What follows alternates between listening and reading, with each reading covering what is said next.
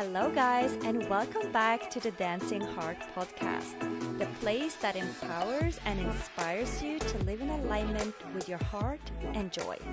I'm your host, Torney Wiggum, here to bring you deep conversations with inspiring guests about purpose, empowerment, and living in alignment. Let's get dancing into this week's episode. Today, I have a dear friend of mine that I have invited on the show, Sydney. Chuk, welcome to the show.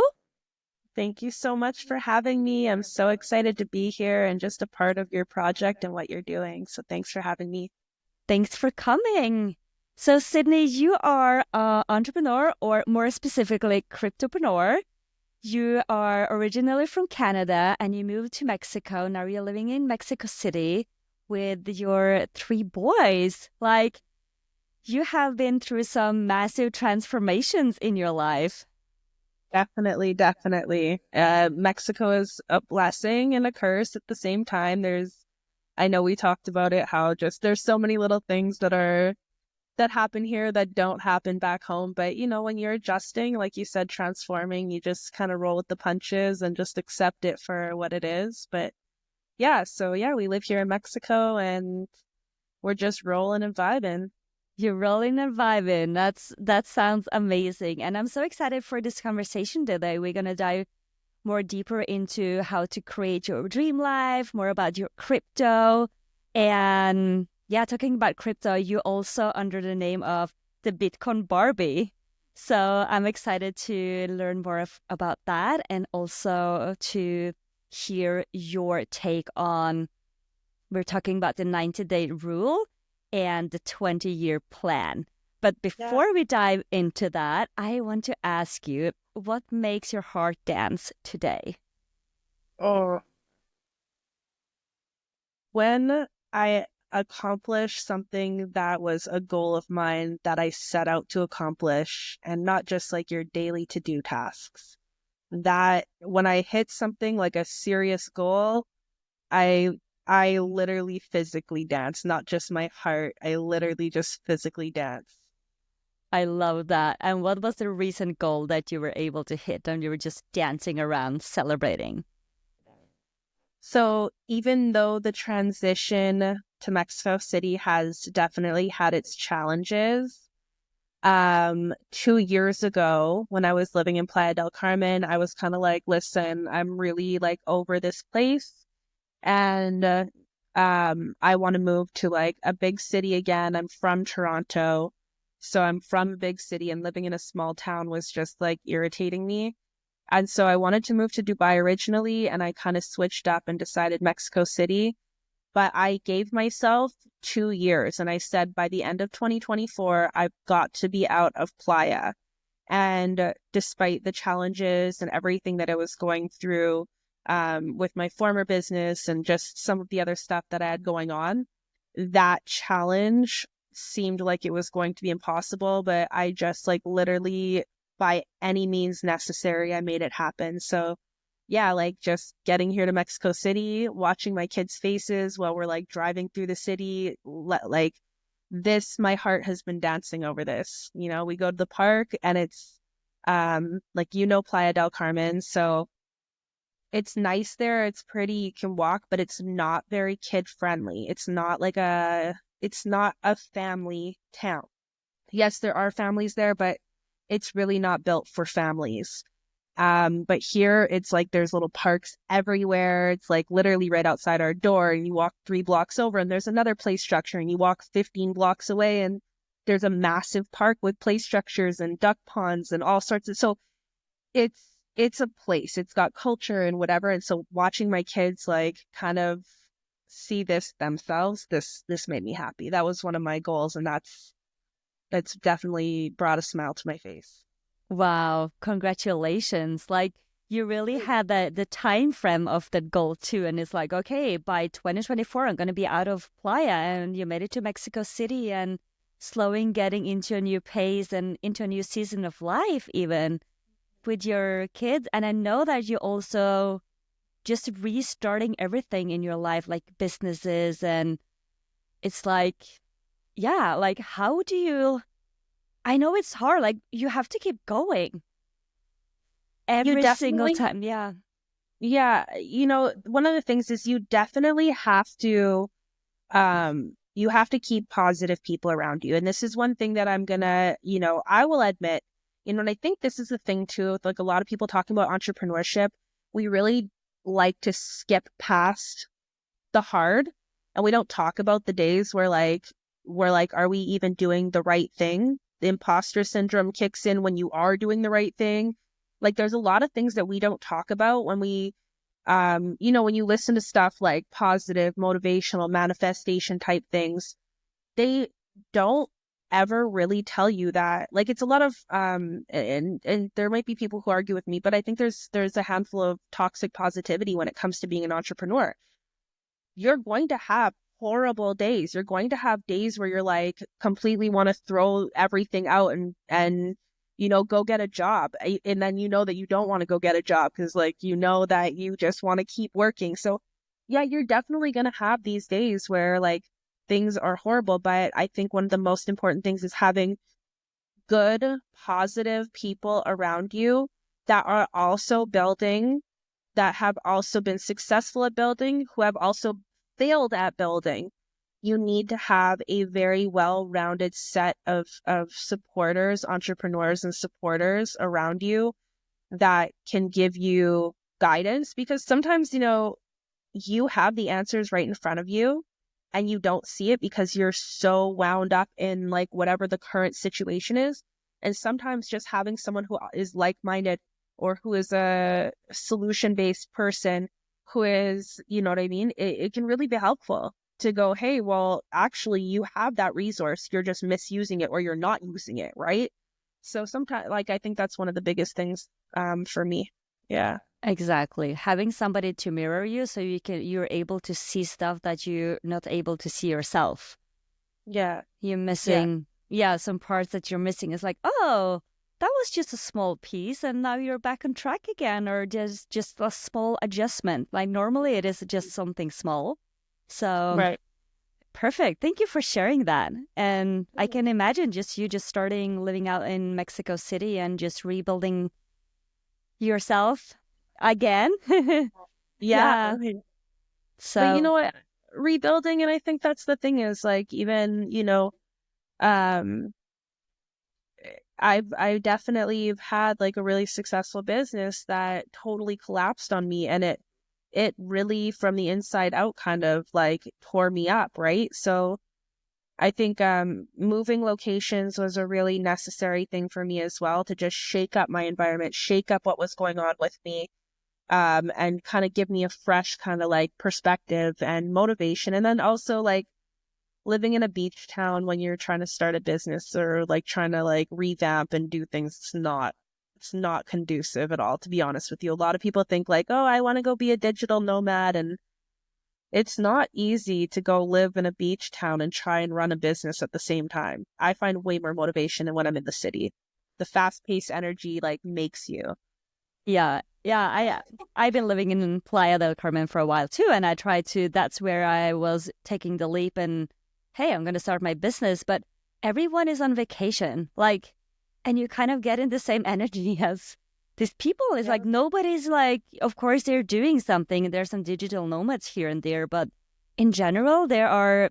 It's more like vacation mode.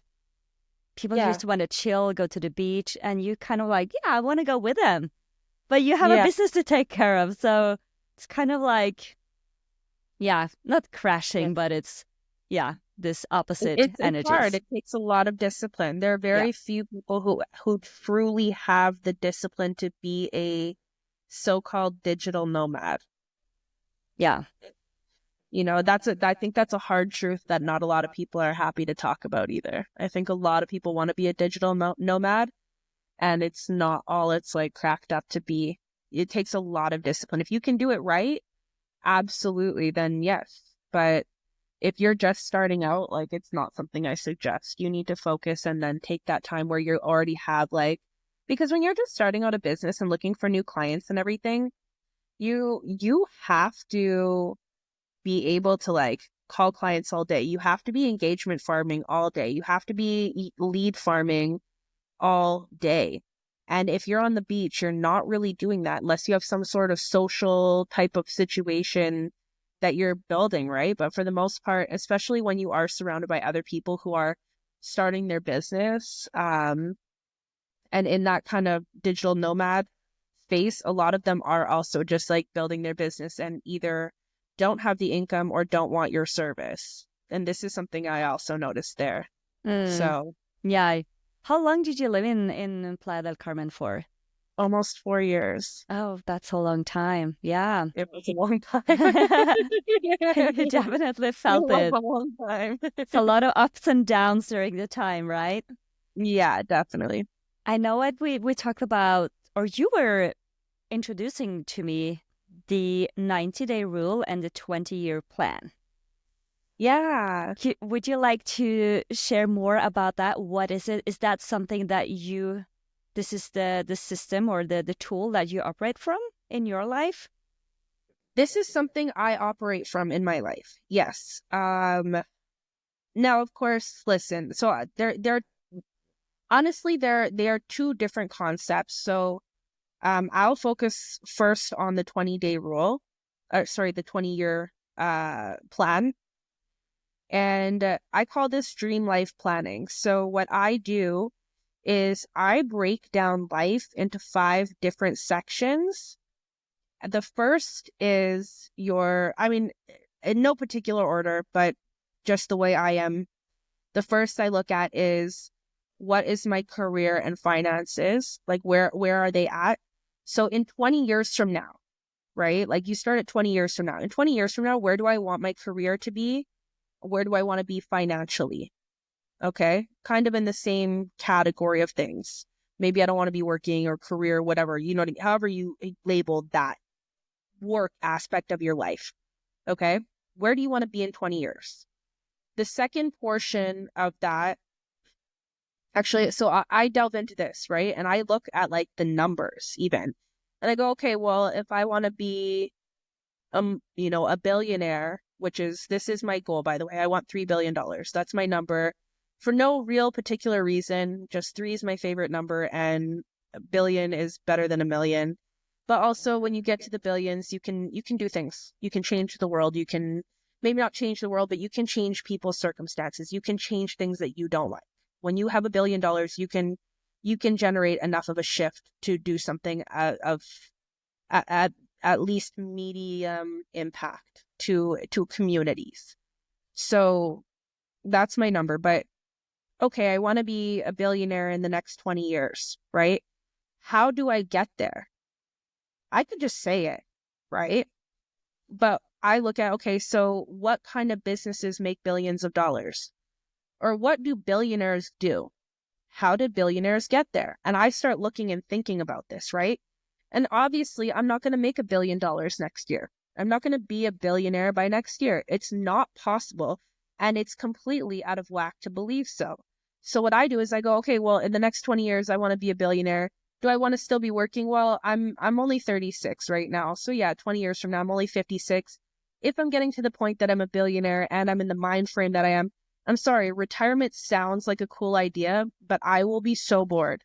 I will be so bored. So yes, I'm going to need a project. I'm going to need a new business idea. I'm going to need to do this is the way I think. This is just for me. This for everyone else, it's different, but it's still the same categories as I go along. I'll kind of explain that to you. But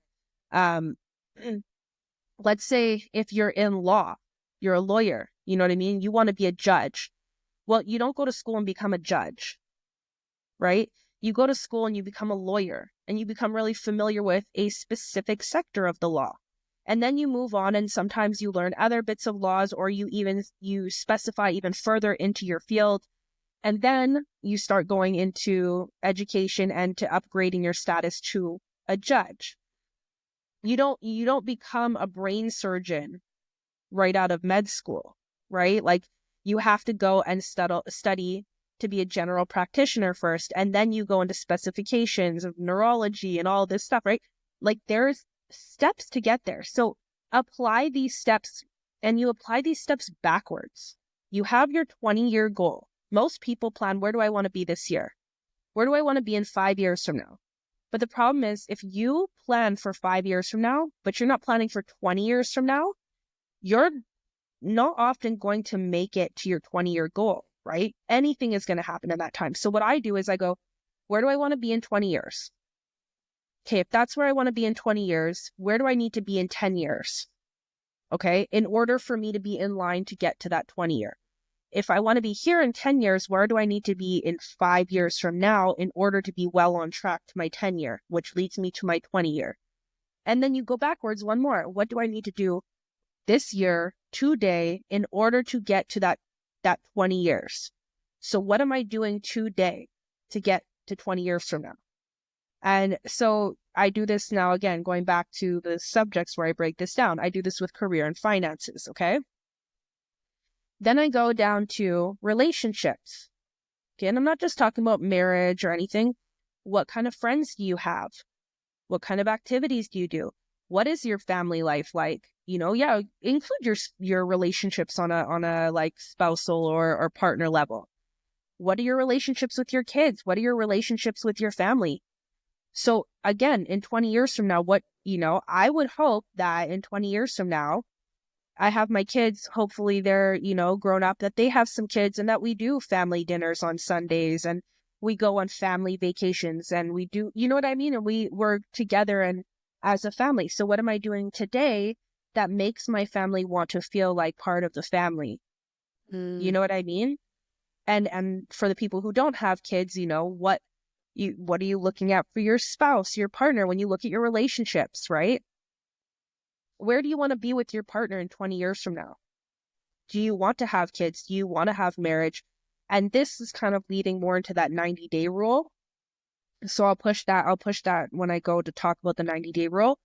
But all these little things, your friends, where do you guys go? Are you guys tennis buddies? Are you guys, bowling buddies? Are you guys wine buddies? Like, what brings you together with your relationships? What are your business relationships like? Who are the people you're keeping yourself surrounded with? Where are these people? Because in order to build lifelong friendships, you have to start that friendship somewhere. So you have to find those people today.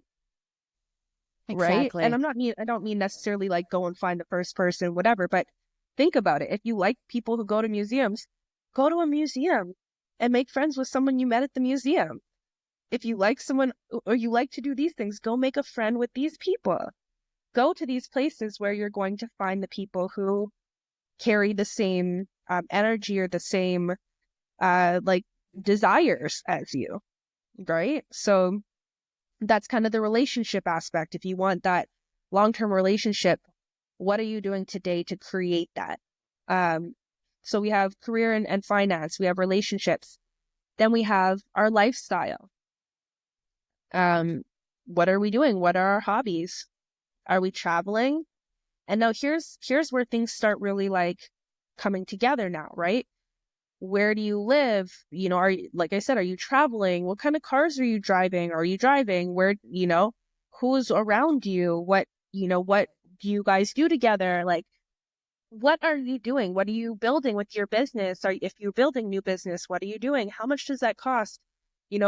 Everything that goes into these bits and pieces of your lifestyle. Do you want to go eat out, fine dining twice a week?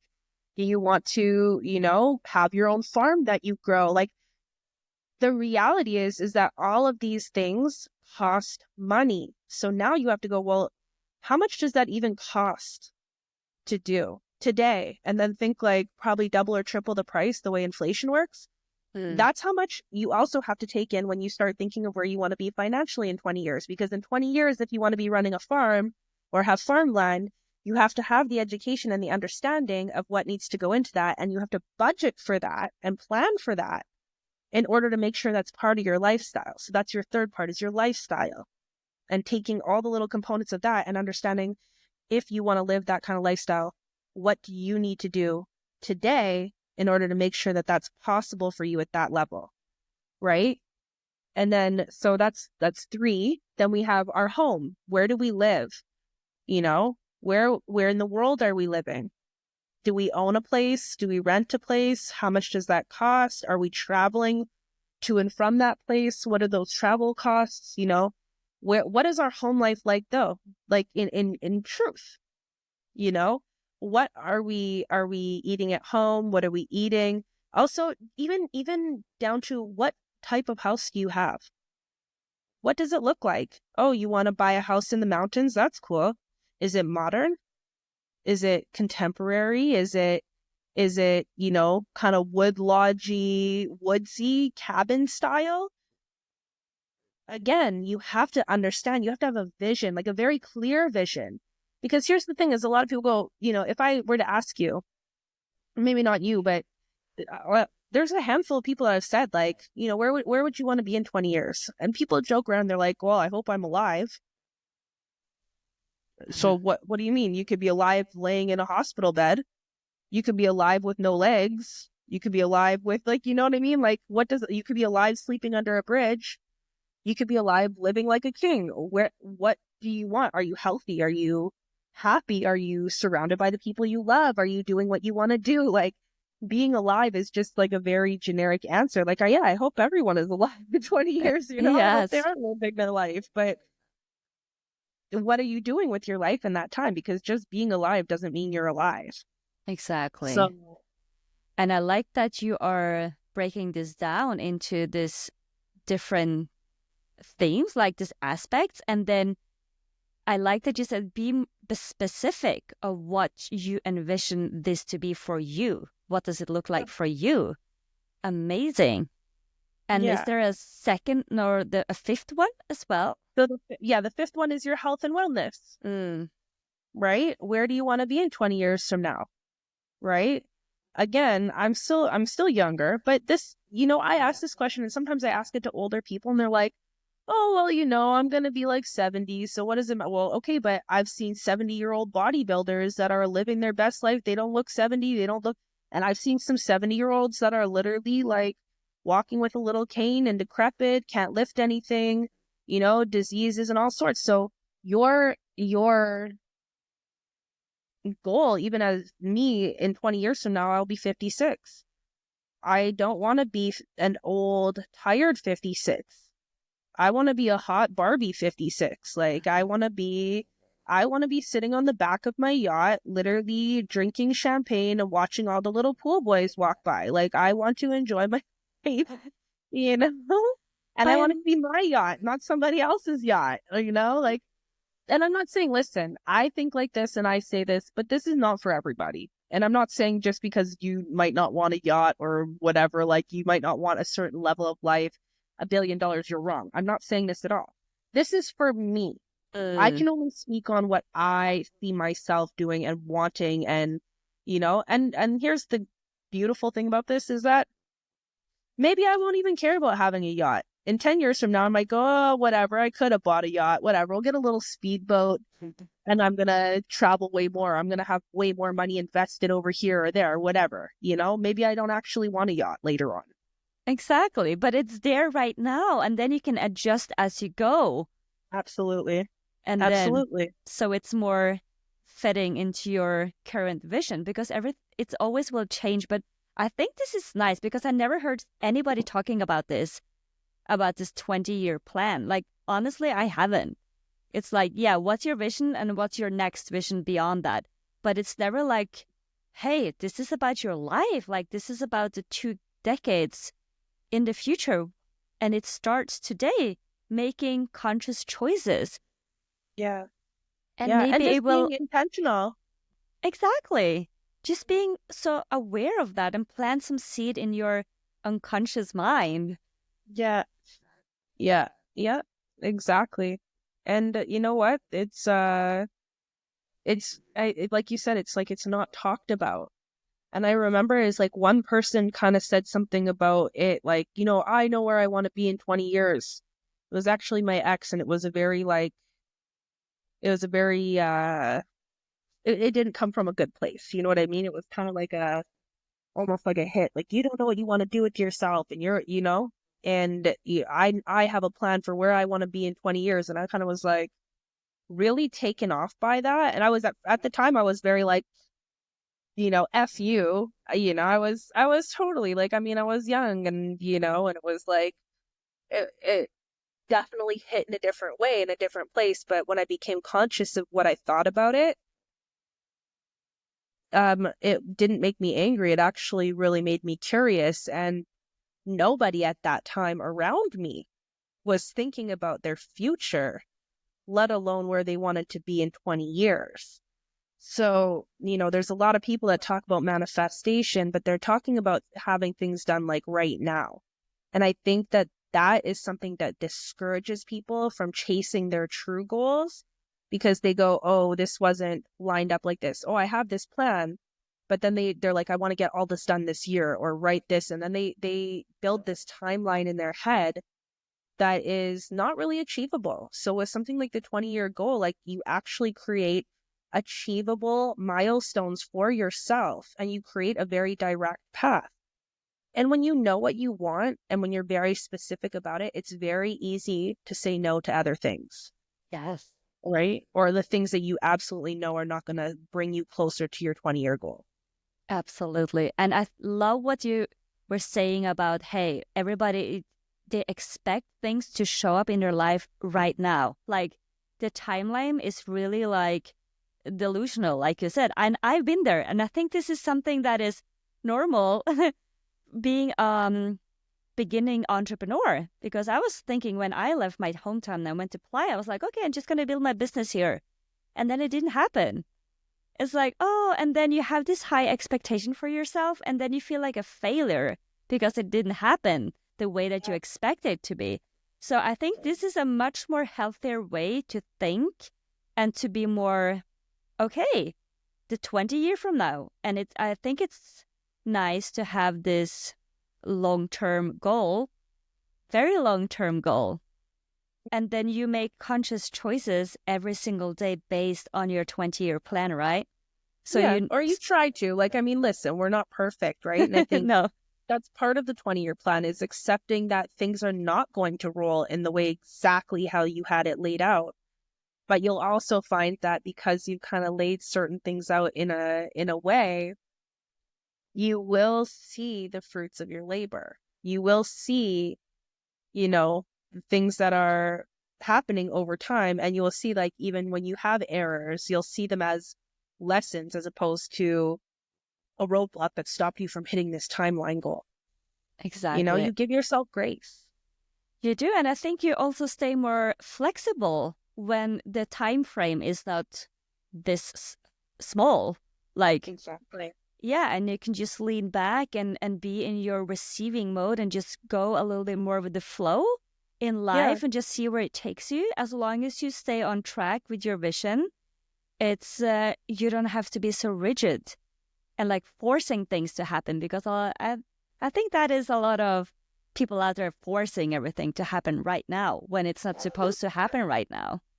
Maybe it's supposed to happen in 5 years, because everything takes time. Sometimes, for example, I was in finance and I lost quite a lot of money. I was, in reality, I was basically in a Ponzi scheme. And I was dealing with a lot of people's capital. And, I lost about $1.2 million, which took a real hit to my gut and to my ego, not to mention my reputation, because I had some people who just believed that I had like completely run off myself, but it, with evidence and everything, like I clearly didn't. But, that lesson was hard. But I'm talking about being a billionaire. And this is, again, I say this stuff, and to some people it's like, oh, well, why? But this is just me, right? It might not be for everyone. But that being said, if I'm going to be a billionaire, you think I'm not going to go through situations where I lose $1 million here, $1 million there, or this idea didn't go. These things are gearing me up and prepping me for the next step. You know what I mean? It's like a slingshot. You have to come back. Okay, you were here. Now you know what it's like to take a loss at that level. Now you're capable. Now you understand how to manage all of that and deal with that internally and mentally and whatever. Great. Move up. Right? Otherwise, what? It could be, what do you do when you start running a business and you start hemorrhaging money in a direction, or you don't have an understanding of how business runs further down the road? then it's a much bigger problem that's a lot harder to fix than the small problem that you could have learned a lesson on a smaller problem than a bigger problem. So it's just, you get geared up. And that's what a lot of people don't realize is sometimes these, oh my God, I'm going to say it. Fuck. Excuse my language. Like, I had an ex-boyfriend and he always used to say a setback is a setup for a come up. I love that. It prepares you for the next level. Yeah. It's just setting you up to be better in the next round and in the next game. So yeah. And it's rewiring this belief system as you go as well. Like, why is this happening to me? It's like, okay, it's just a setup, because you're leveling up. Yeah. And that's a part of the process as well. Yeah. Yeah. I love that. And again, there's so many people that talk about, oh, let's manifest this and let's just go for it and be positive. And, but it's important to discuss the dark side of being an entrepreneur, because when you're an entrepreneur, quite often you are working long, hard hours by yourself, putting things together. You are quite often on your own. And when you're on your own and no one's telling you this, then you're kind of going through this on your own and then you've got, Tony Robbins and whoever else in your ear being like, you can do it. You're the greatest. And then it's just like, well, today I don't feel the greatest. And I don't want you to tell me I'm the greatest right now. I want to figure out why I don't feel the greatest. And I want to know how to fix that. But just saying you are the greatest is like, it's not, it's like a Band-Aid for what you actually need to learn in that moment of emotion. I agree with you. Go deeper and see what is it inside of you that needs to be transmuted into. Yeah, exactly. So when you set up after the 20-year plan that you just talked about, the 5 sections, is that the moment when you go into the 90-day rule? So the 90-day rule, I mean, it really actually, now that we're saying this, it could technically be applied to other things. But the 90-day rule for me is more about relationships. And this is more geared towards people who are single, but not necessarily. It can also be, in a existing relationship if you have turmoil or whatever. Not that I encourage anyone to just like break up with their significant others or anything like that at all. So I do focus this more on single people. But let's say you're looking to be in a relationship. Before you start dating, start thinking about this. Where do you want to be in 20 years from now? What do you want your relationship to be like? Be very honest with yourself too. And here's one thing, by the way, and this should be said about the 20-day rule as well, or sorry, the 20-year plan as well. The 20-year plan, don't make your 20-year plan about how you feel about where you are today. Do not limit yourself just because of where you are right now. If you see something and you want it, you have conviction in why you want it, like you really have a reason of why you want that, then go for it and say that. And you might today not have even a clue how you're going to get there, right? But if you just say it and you start really going, hey, this is what I want and this is why I want it, or this is why I think I want it, it doesn't matter where you are today, right? Like statistically, I'm a single parent, okay? Statistically, I shouldn't be able to have picked up and moved across the world with my kids or have traveled with them or, like statistically speaking, and I'm not saying, listen, I know there's lots of parents who have had the fortunate, you're also one who has been driven and someone who just said like, let's go and try it. And by any means necessary made it happen. But we're somewhat of an anomaly. How many single mothers did you meet when you were living in Playa? Not very many. It's a lot of married women. And I'm not shaming them at all. Let's not go down that road. But I'm just saying as a single parent, something I believe that you and I could relate to is there's many things that we've done with our kids that most other single parents we know have not been able to accomplish and have not been able to try to do. So, this is one of those things that we do have to take in, and again, give yourself grace. But for the other single parents listening and watching, you're literally looking at two single parents who figured it out. And no, not every day is going to be rosy, but not every day also is going to be rosy. Wherever you are as a single parent, you're doing the work of two people, so just give grace. But yeah. Yeah, thank you. Yeah, thank you for sharing that. And I think it's also about having immensely faith in yourself, in God, in the creator, in universe, and you just have to know that you are going to be okay.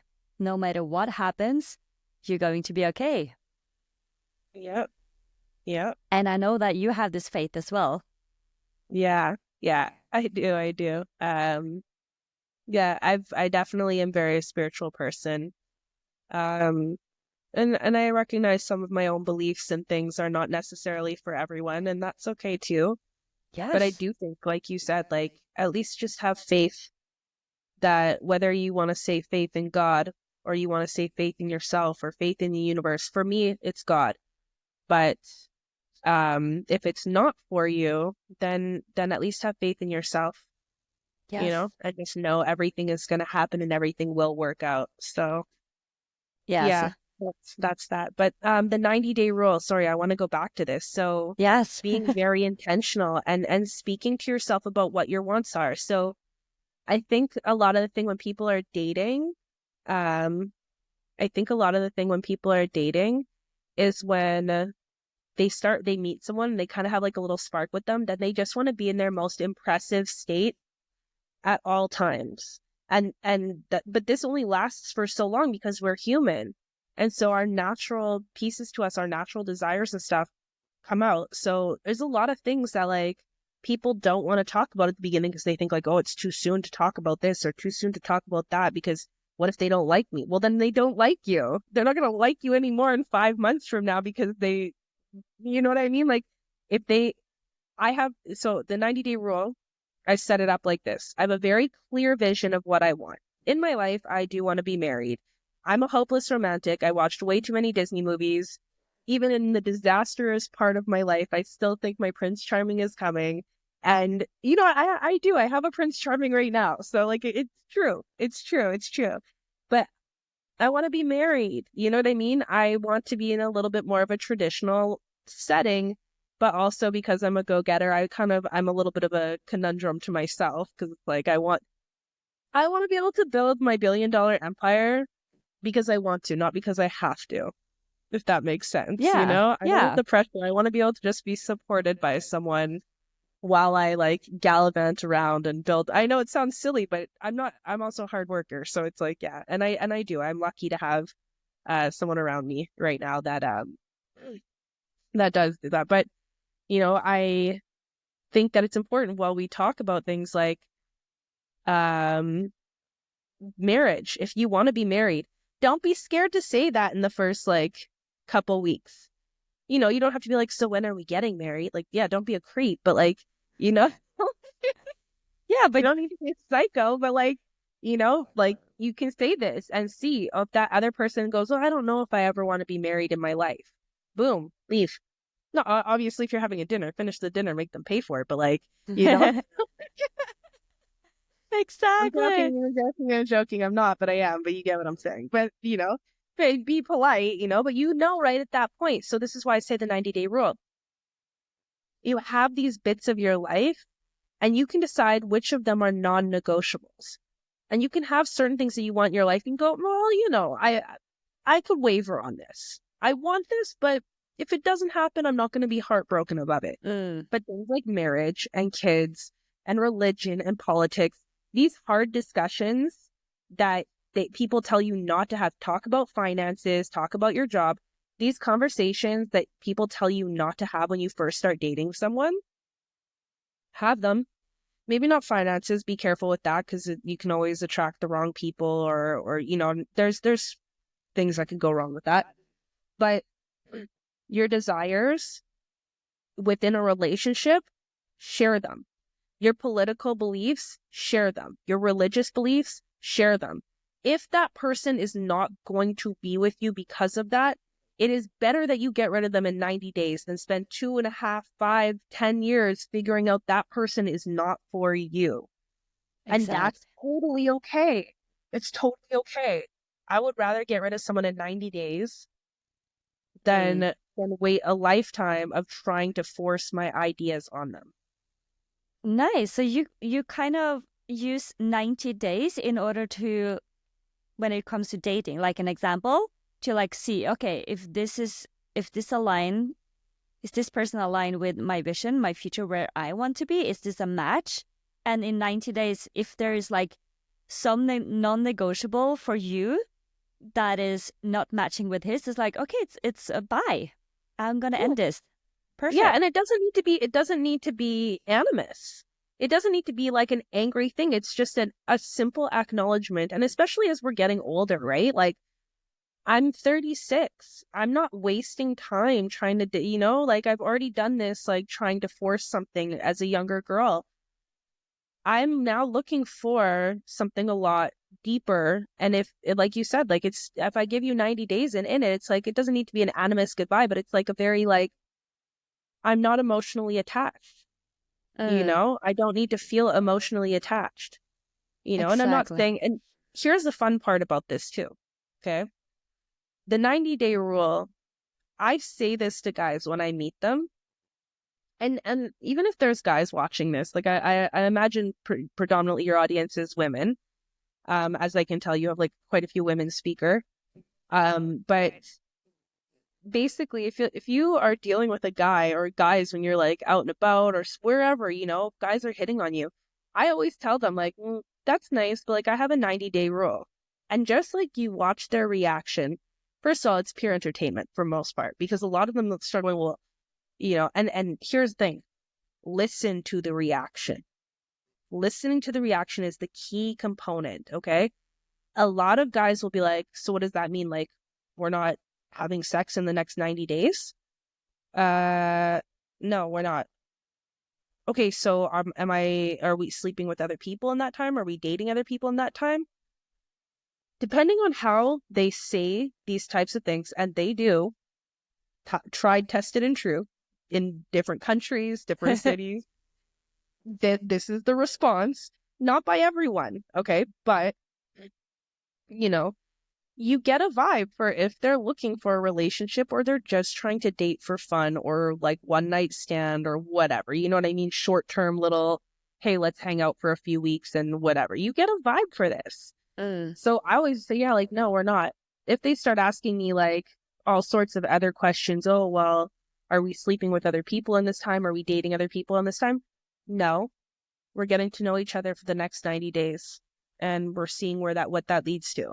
But if you feel like you want to be seeing multiple people over the next 90 days, you're not really, listen, I'm not playing Bachelor, whatever. I'm not playing this game. I'm not competing.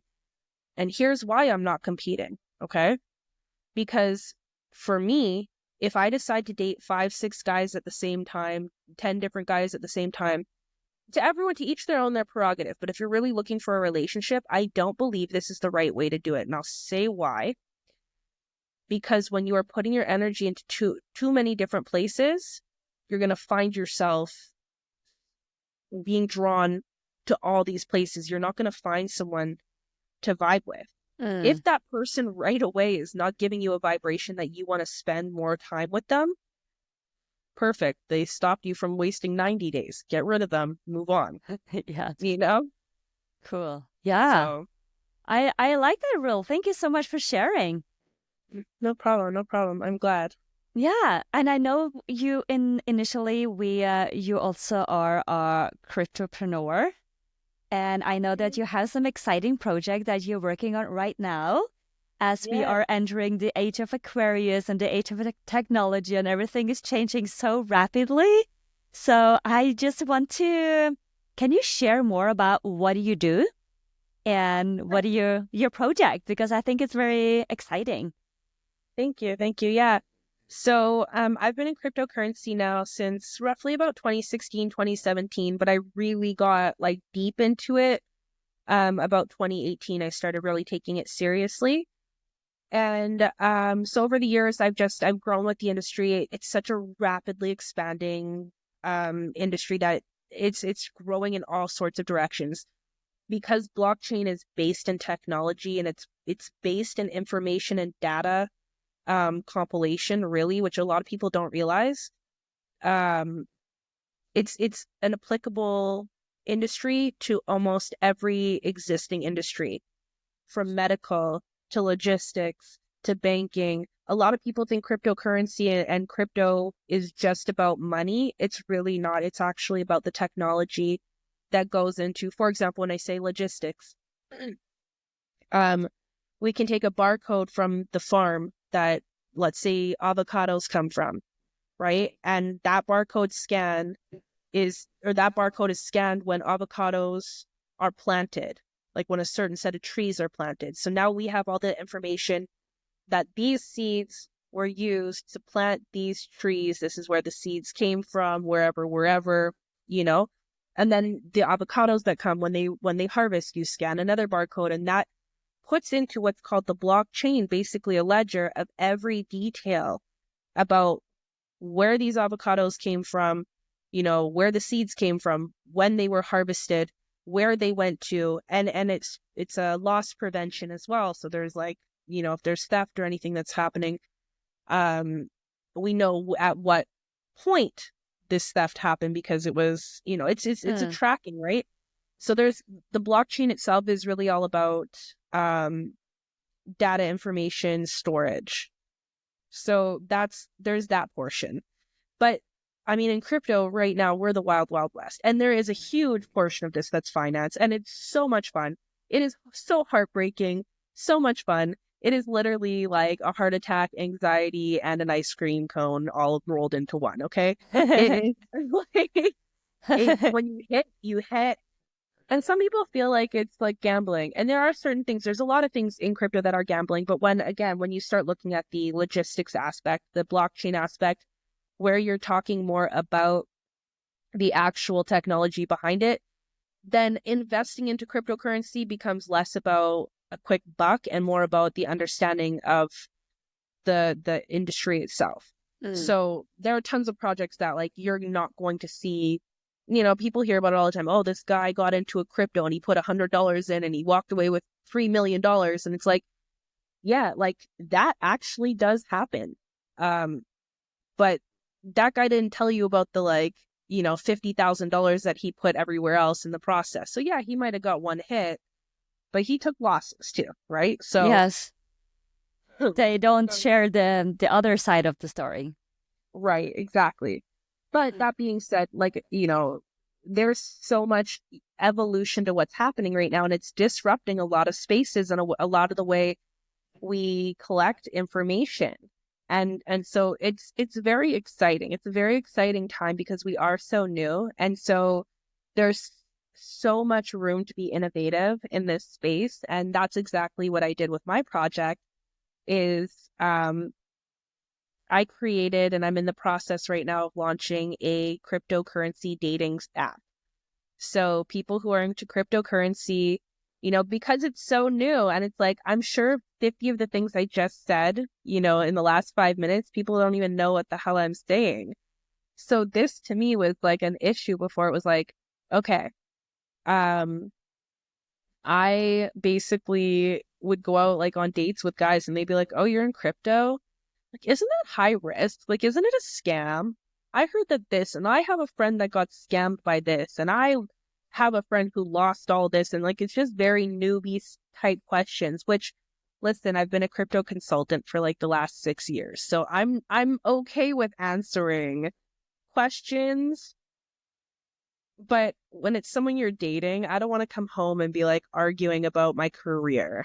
Exactly. You know what I mean? So I know not only that, because I know a lot of people in the crypto industry, I have a few of my like guy friends who actually, two of my guy friends divorced their fiance or their fiancés because they would be like in arguments about crypto and investing and what they were trying to do in crypto. And when you're with someone who doesn't really understand what this is, and they're like, oh, magic internet money, which a lot of people think, but it's Yeah. because there's a lack of understanding. I couldn't do it anymore. I was tired of answering these questions, and I see what these other people are going through. So I noticed a niche and kind of a gap, a little hole in the market that, hey, as the industry grows, people are going to want people who are in this. And yeah, so my project it's been going really well. It's so I had my X account suspended. I don't know why. They never gave me a reason. And then I created another one and they suspended it again. So this morning I had to create my third one. My personal X is totally fine, but my project X I've had to recreate. But I've been in spaces on X for so much time every day. Like we're talking like 8 to sometimes 18 hours a day. I'm from space to space to space to space, talking and presenting my project and building. So luckily I've been doing this. And then the last, when I had to rebuild, I kind of was just jumping in spaces like, guys, I got my account swiped again. And so everyone just goes back and follows. And I've now learned after this second one, I might have a reason of why I think that they're trying to say it's like borderline services, so to speak. It's not, but I can see, Yeah. where they may consider that. So what we've done now is we've expanded. So now we have an Instagram. Now we have a TikTok. We've got our Telegram group going. We've got a Discord group going. So now when I'm doing the rounds again, it's like reminding people, hey, make sure you add into this, into this, into this, so that our community stays strong. Yeah. So yeah, so that's basically my project. Is like it's a crypto dating app and it's going really well. I created a coin, and even within that, this has been a great learning lesson for me. There's so many things I'm learning in this aspect of things, because I've never done this before. So it's like, okay, let me just roll with the punches, see what people say, and all of that. And yeah. That's like so exciting that you are just diving into new project that's really aligned with the time that we are going into, especially in terms of technology, and people want to meet and also with the community. People wants to hang out in their community where they have common interest and where they are understood and can be seen, and like you don't have to have any secrets and you just show up for who you are. So that's amazing that you are doing that. What is the name of your app or the dating, crypto dating? It's called HODL Date. Okay. So HODL, HODL. HODL is a term in the crypto community that one night in one of the forums, this guy was drunk, and it's well known in the crypto community, but it's he was drunk and he wrote, yeah, I'm just going to HODL onto my coin. But he meant to write hold. He just had a misspell. And so somewhere from there, it became HODL, hold on for dear life. And we say this because the crypto market's super volatile as well. Exactly. So, it's like it's like a double entendre by like hold on for dear life or HODL, HODL date. It's the idea of finding someone, and this is our slogan is find someone to HODL. I love that. I'm so excited to follow your project and to hear more where this is taking you over the next years or even this year. It's a very expansive, transformative year. So, and if there anything else that you want to share before we... I think, it's a good question. I think if I was going to share about my project, it would be super awesome to get people to follow my socials. I don't know if you have the whole blurb or something. I can send you everything. I put it in the description of the episode. You can also share where people can follow you, and if whether they're into crypto or they wanna explore something new, where can people find you? Definitely.